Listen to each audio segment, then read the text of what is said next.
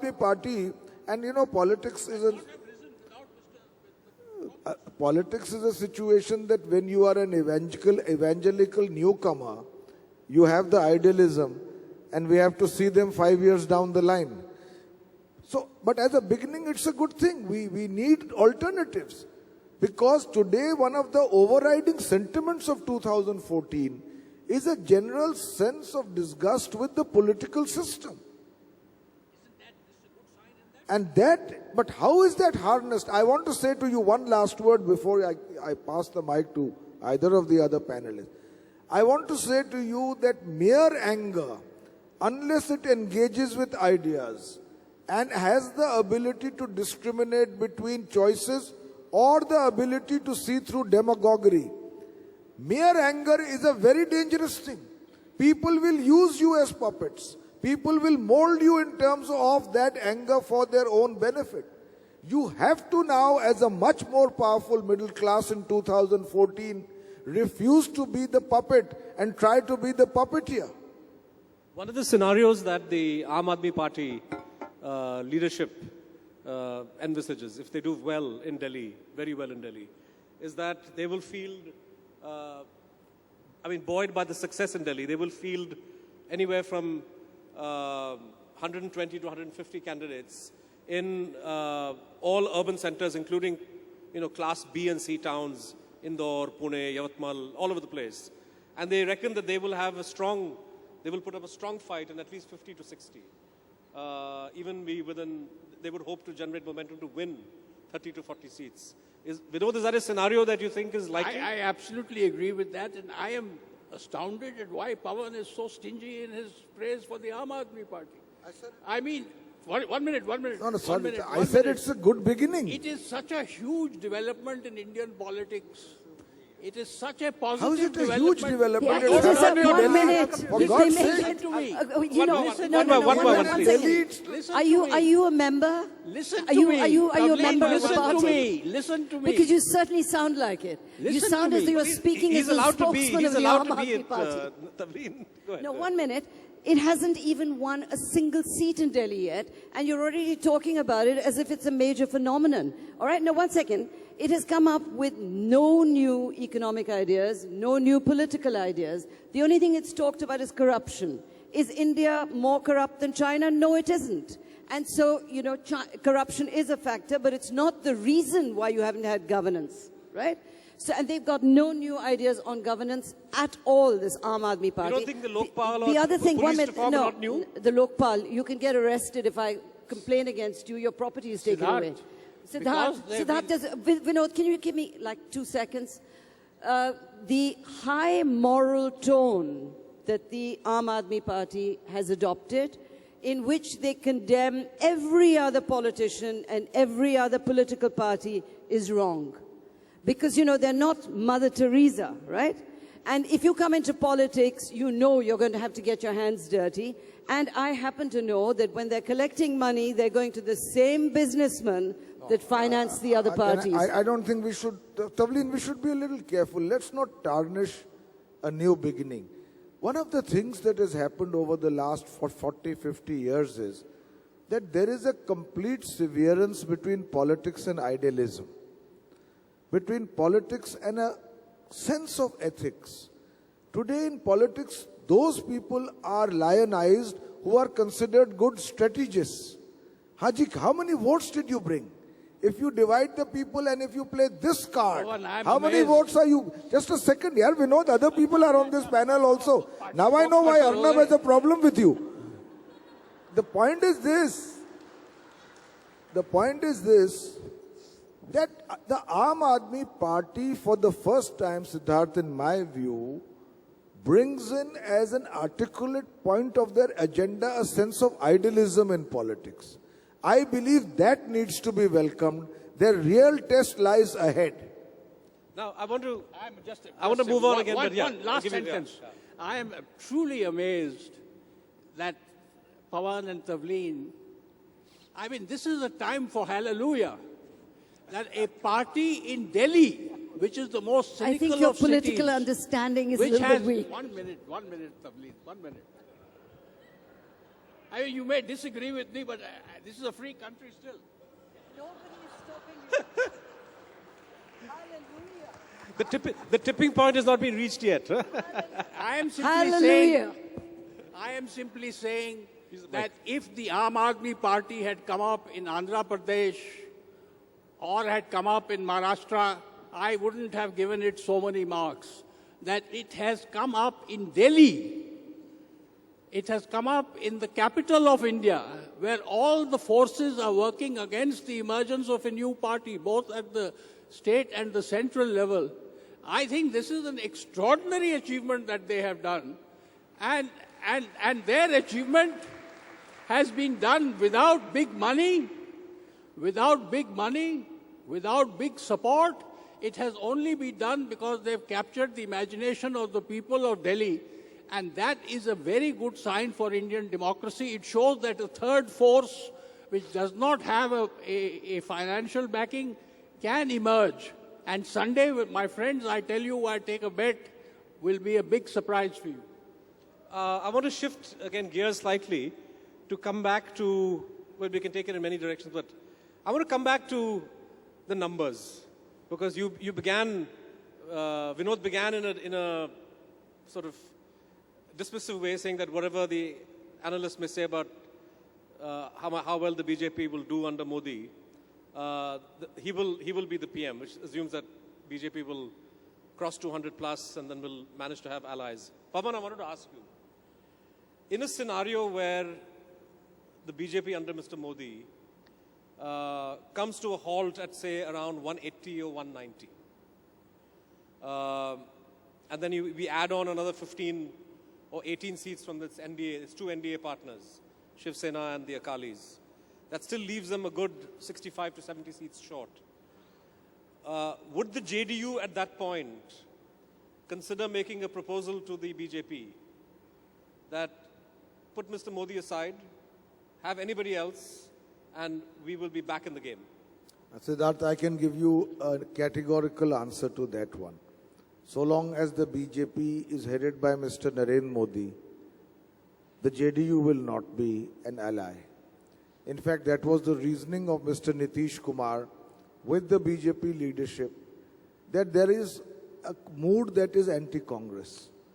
If in the NDA you need to consolidate it, have a leader, because you must choose the leader. You are the largest party in the alliance.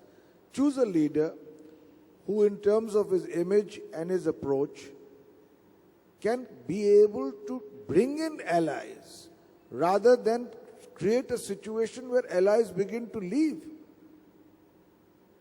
That advice was not taken. Can I ask you a question?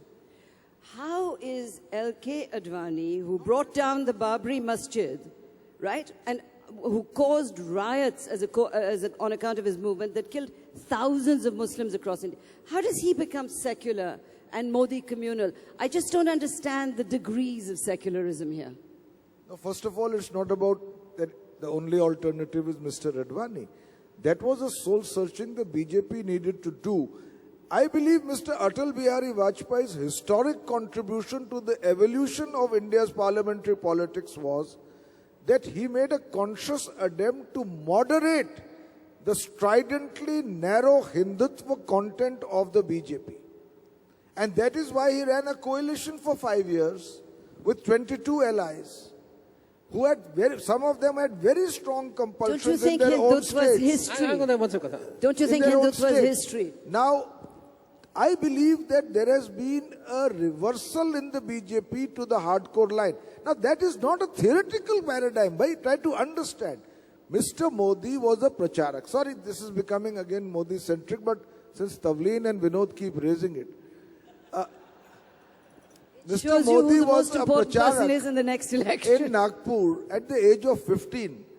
Guru Golwalkar was the Sarsang Chalak of the RSS for 7 years after that. Just a minute. So was I just have Advani. a word in edgeways between you two people. Every one of the leaders came from the south. Just a second. Let him finish, then I have a question to you, Tavleen, and then I'll bring in Vinod. You know, and Mr. Modi wrote a book in praise of Guru Golwalkar. Guru Golwalkar, and his books are published, you can read it, said three things. The moment of highest national pride for Germany was the extermination of the Jews. He said there is no right of any faith in this country, not even the rights of a citizens for anyone not a Hindu. And he said the only law that should apply in India is that of Manusmriti. And you know where it consigns women and people from the other castes except Brahmins.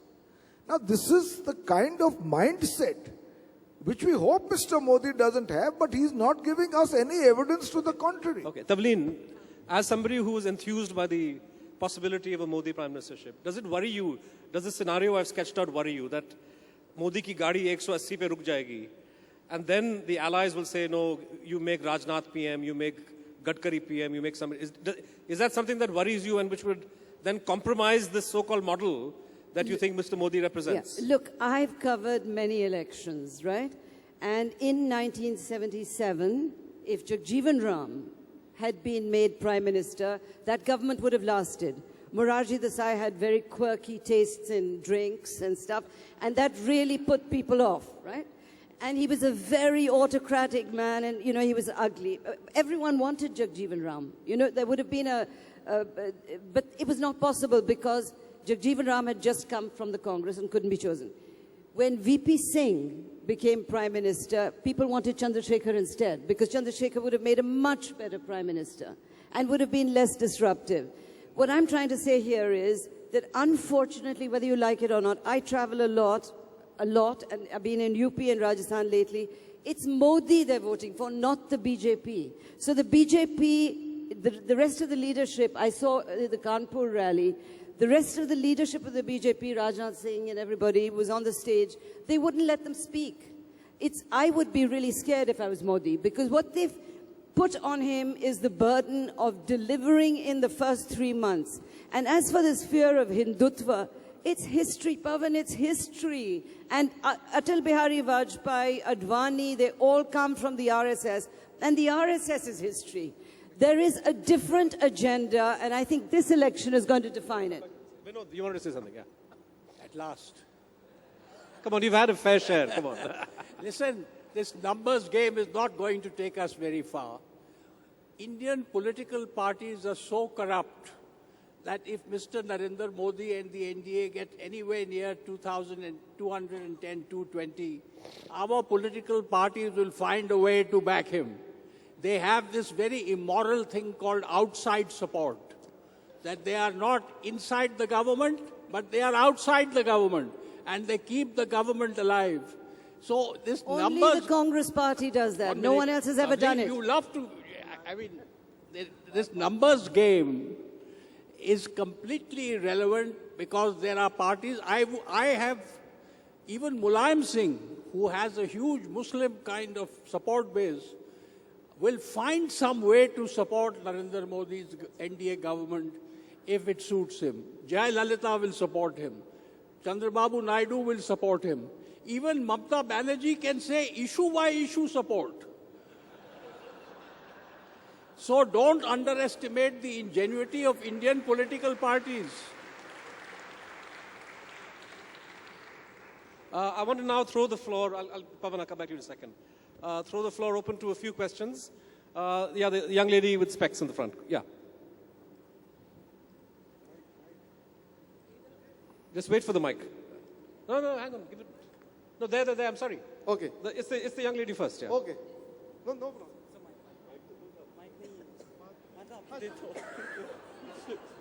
Who's he? How did he just? Hello, sir. Hi, ma'am.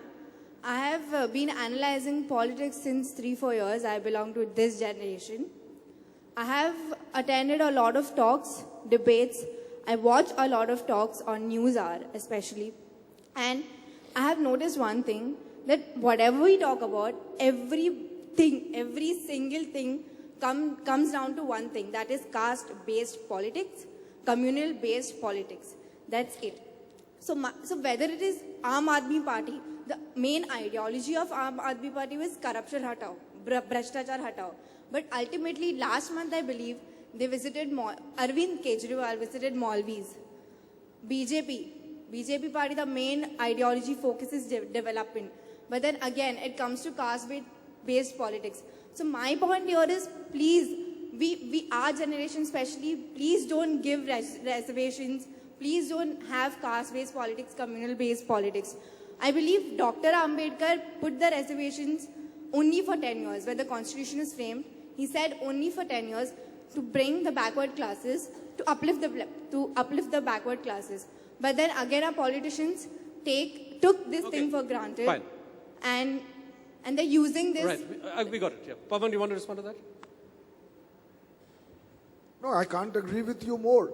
We need a democracy which is not cynically manipulated on the basis of caste arithmetic and certainly does not exploit communal polarization. I agree with you. But I want to ask you a counter question.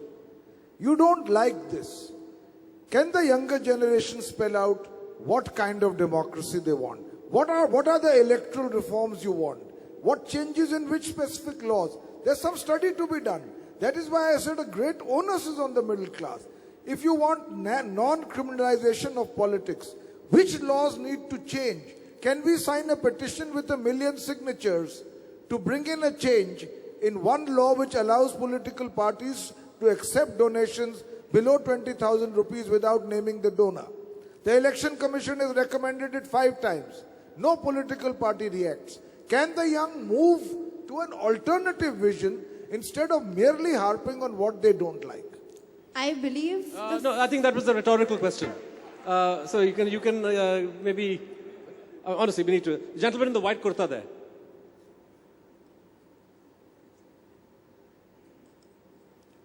At the end of this discussion, and there were many before also, and many more to come, as an ordinary voter, without any bias, I have a dilemma. I have only one Modi to vote. What is your take on that? So you have only one? One Modi to vote. That is my dilemma. Okay, the gentleman in the green shirt at the back, yeah. Yeah. Yeah.